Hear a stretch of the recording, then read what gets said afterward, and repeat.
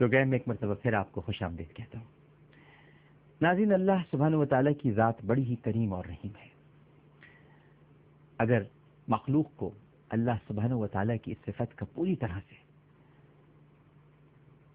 استحضار ہو جائے، یعنی علم ہو جائے، تو مخلوق کو اللہ سبحانہ و تعالیٰ کے ساتھ عشق کی حد تک محبت پیدا ہو جائے۔ اس لیے کہ یہ فطری بات ہے کہ محسن کی طرف کشش ہوتی ہے کہ نہیں؟ جو احسان کرتا ہے اس کی طرف کشش ہوتی ہے، تو جو محسن عظیم ہے اس کی طرف کشش ہونا تو پھر فطری بات ہے، لیکن لوگوں میں یہ بات پیدا نہیں ہوتی۔ اب دلوں میں یہ بات کس طرح ڈالی جائے، کبھی کبھی میں سوچتا ہوں، لیکن ظاہر ہے کہ جب انسان سوچتا ہے تو جو حبیب کریم ہے حضرت محمد مصطفیٰ صلی اللہ علیہ وآلہ وسلم، ان کی کہی ہوئی ایک ایک بات، ان کا قول مبارک ہمارے لیے رہنما ہے، ہدایت ہے، بلکہ بڑی روشنی ملتی ہے، رہنمائی ملتی ہے۔ حدیث میں سابقہ قوموں کا ایک واقعہ ہمیں ملتا ہے، اور یہ واقعہ امام بخاری رحمہ اللہ تعالی اور امام مسلم رحمہ اللہ تعالی دونوں نے اپنی اپنی کتابوں میں متعدد مقامات پر نقل کیا ہے، کچھ تھوڑی بہت کمی بیشی کے ساتھ میں بھی کوشش کروں گا کہ آپ کے سامنے اس کو پیش کروں۔ اور ان تمام روایات کو اگر سامنے رکھا جائے تو اس کا خلاصہ یہ ہے کہ ایک شخص تھا، ناظرین کرام، بنی اسرائیل کا شخص تھا، بہت مال و دولت اور کثیر اولاد والا تھا، بڑی دولت تھی اس کے پاس۔ اللہ تعالیٰ نے اسے دنیاوی مال و دولت کی فراوانی بھی عطا فرمائی تھی اور جوان بیٹے بھی عطا فرمائے تھے۔ دیکھیے، یہ بھی بڑی شکر کی بات ہے، شکر کی منزل ہے، کسی کے پاس دولت بھی ہو، مال بھی ہو، اولاد بھی ہو۔ اور یہاں ہوتا ہے بہتوں کے پاس یہ چیزیں ہیں، لیکن ہم الحمدللہ نہیں کہتے، اللہ کا شکر ادا نہیں کرتے۔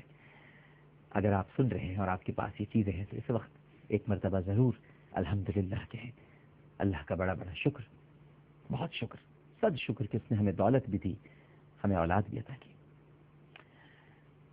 تو ناظرین کرام، اللہ تعالیٰ کی ان عظیم نعمتوں کے باوجود وہ اپنی جان پر ظلم کرنے والا تھا، بڑا ظلم کرتا تھا۔ قل یا عبادی الذین اسرفوا علی انفسہم لا تقنطوا من رحمت اللہ۔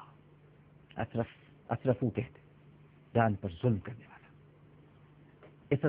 اسراف سے نکلا ہے، زیادتی کرنے والا۔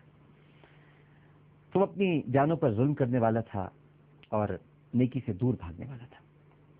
ساری عمر اس کے گناہوں میں، معاصی کے ارتکاب میں، اور یعنی بڑے اور کبائر گناہوں میں مبتلا رہتے ہوئے گزری، یعنی اس نے کوئی نیکی کا کام نہیں کیا تھا۔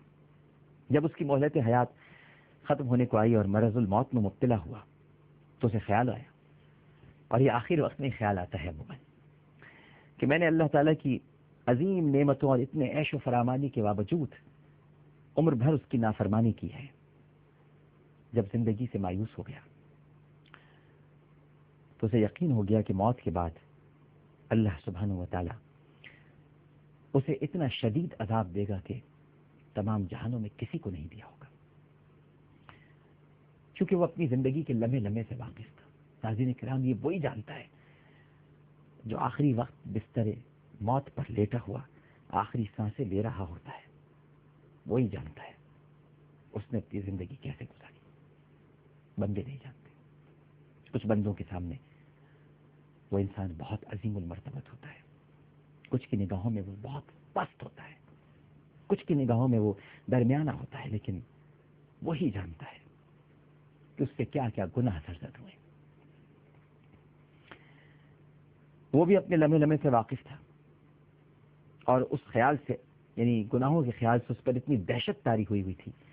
امام مسلم لکھتے ہیں کہ وہ یہ بھی بھول گیا کہ اللہ تعالیٰ تو ہر چیز پر قادر ہے، قدرت رکھتے ہیں۔ عدم سے وجود بخشنے والی ذات کیا کائنات کی وسعتوں میں، آپ سے سوال کرتا ہوں، کیا کائنات کی وسعتوں میں بکھرے ہوئے وجود کو یکجا کرنے پر قادر نہیں ہوگی؟ یقیناً ہوگی۔ لیکن اس کے باوجود مارے خوف کہ اس نے اپنی موت سے قبل اپنے بیٹے کو بلایا، یعنی جتنے بیٹے تھے ان کو بلایا اور ان سے پوچھا، میں تم لوگوں کے لیے کیسا باپ تھا؟ بیٹوں نے کہا بہترین باپ تھے.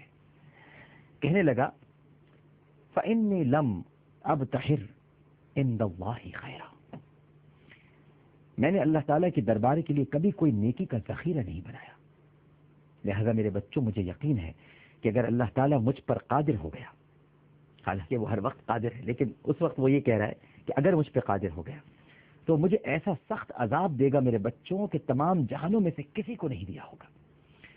اس لیے میری موت کے بعد تم میری لاش کو جلا دینا اور پھر میری راکھ کو 2 حصوں میں تقسیم کر دینا، آدھی روئے زمین کی خشکی پر اڑا کر بکھیر دینا اور آدھی سمندر کی اتھاہ گہرائیوں میں پھینک دینا، اس کی نظر کر دینا. یہ وہ باپ اپنے بچوں سے کہہ رہا ہے. اگر تم ایسا نہیں کرو گے اور اگر مجھ سے اس کا وعدہ نہیں کرتے تو پھر میں تمہاری میراث غیروں میں تقسیم کر دوں گا.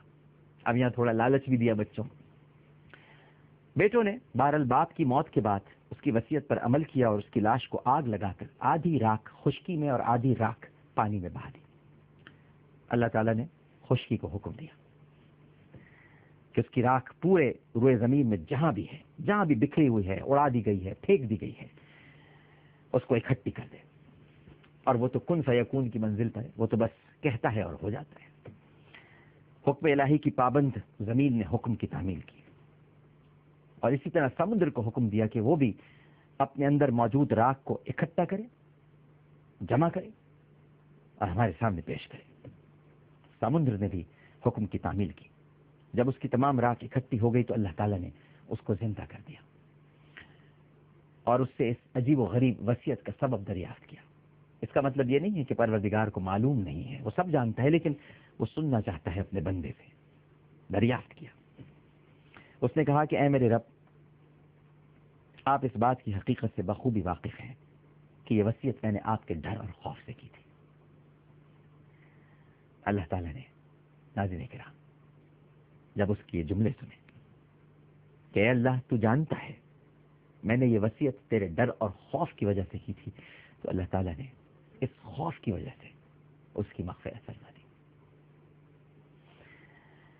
ظاہر ہے ناظرین کرام کہ اس کی وصیت سخت گناہ والی بات تھی، کیونکہ جس طرح ایک زندہ انسان کی حرمت ہوتی ہے اسی طرح شریعت نے مردہ نعمتوں کے ساتھ بھی احترام کا معاملہ کرنے کا حکم دیا ہے. اور کسی شخص کو یہ جائز نہیں ہے کہ کسی مردہ لاش کی بے حرمتی کرے، حتیٰ کہ خود اپنی لاش کے لیے بھی ایسی وصیت، بلکہ میں تو اسے گناہ ہی کہوں گا، حرام ہے.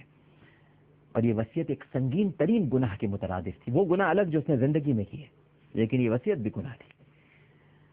لیکن اس کے باوجود، اور ہاں وہ یہ بھی جانتا تھا کہ اللہ تعالیٰ کے سامنے وہ کچھ بھی نہیں ہے، لیکن پھر بھی وہ یہ جملہ اس نے ادا کیا تھا کہ اللہ تعالیٰ اسے شاید دوبارہ زندہ کر دینے اور عذاب دینے پر قادر نہیں ہوگا. یہ بھی ایک سنگین ترین گناہ ہے.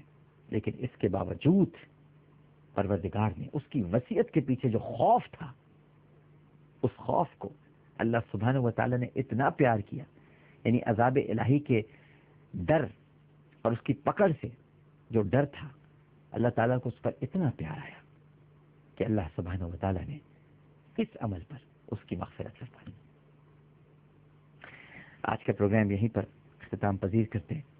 انشاءاللہ کل پھر ایک اور نئی حکایت کے ساتھ، کچھ نئی باتوں کے ساتھ حاضر خدمت ہوں گا. پروگرام کے دوران اگر مجھ سے کوئی غلطی ہو گئی ہو یا میری کوئی بات آپ کو بری لگی ہو تو آپ سے معافی کی درخواست کرتا ہوں. اسی طرح اپنے رب کے حضور بھی معافی کا خواستگار ہوں. عامر لیاقت حسین کو اجازت دیجیے. اللہ حافظ.